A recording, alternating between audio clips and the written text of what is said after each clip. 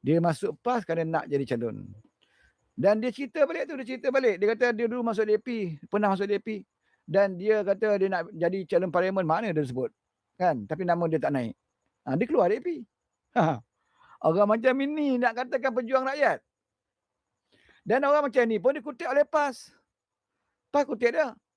Kan? Sekarang ni parti PAS ni, sampah-sampah tepi jalan, bangkai-bangkai, semua dikutip saudara. Dia tak peduli dah. Orang yang pernah main kazaf ke, masuk ahli dia tak apa. Kan? Orang yang dalam parti dia dihumban kerana tak dapat jadi calon, masuk parti dia, dia terima. Orang yang pernah nak saman hudud pun dia terima, dia tak kisah. Bahkan dia berbangga. Haji Hadi tu siap beritahu tu. Kan? Negeri Sembilan, malam besok ada pengumuman tokoh-tokoh ternama akan menyertai PAS.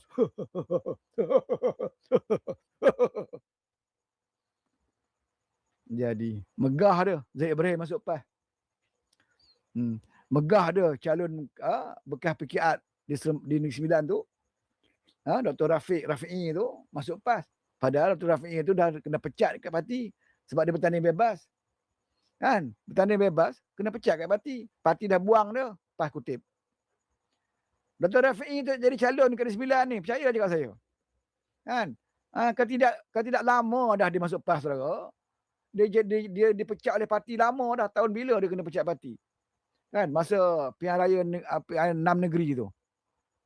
Dia nama dia tak naik jadi calon, maka dia masuk calon bebas. Protes kerana nama dia tak dicalonkan oleh PKR. Protes.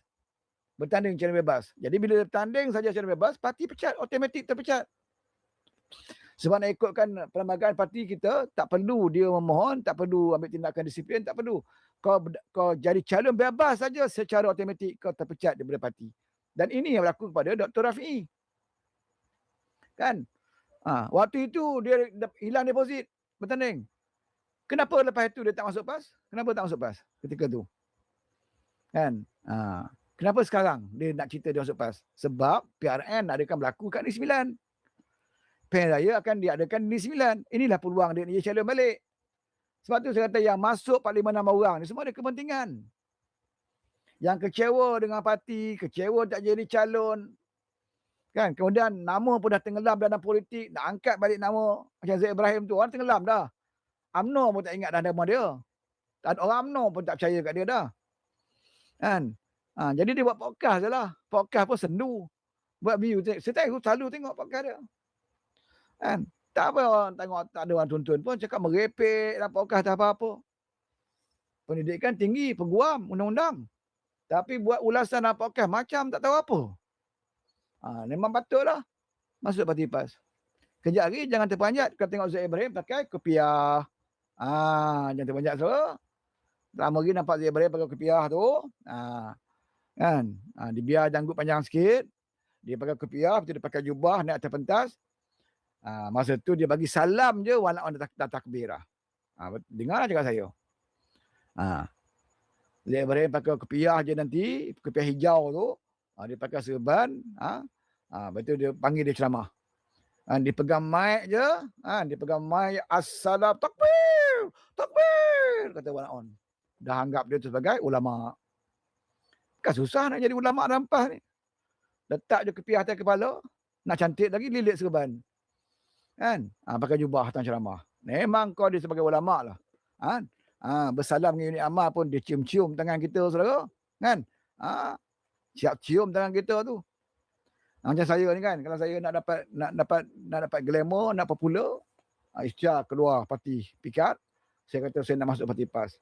Lepas tu dipanggil saya ceramah. Saya pun pakai serban lilit macam saya suruh pakai tu kan. Bila saya buat live kan suruh pakai kan, saya pakai yang terlilit, pakai jubah, saya pergi ceramah. Kan? Saya sampai tempat ceramah tu confirm mereka akan menjerit dah. Takbir! Takbir! Ustaz Fazudin, takbir!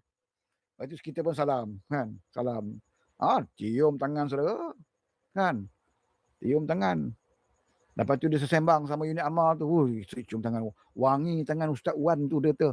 Macam bau kasturi di syurga. Kan? Tu saudara bukan nak bohong. Saudara boleh tengok sendiri berapa Syahidan Kasim tu masuk PAS orang cium tangan dia. Syahdan Kasim tu UMNO tu.